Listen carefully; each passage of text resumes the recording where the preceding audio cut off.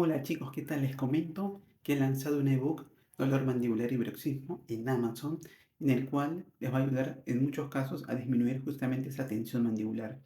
Habla de buenas posturas, habla de ejercicios prácticos que pueden realizar en casa, un poquito el tema de la respiración también, cómo relajar la parte mandibular con la respiración, habla un poco de qué alimentos pueden influir a esta tensión mandibular también. Es un ebook bastante interesante y práctico. Está en Amazon, les dejo el link o me pueden escribir por interno también, o en todo caso escribir en los comentarios deseo adquirir el ebook.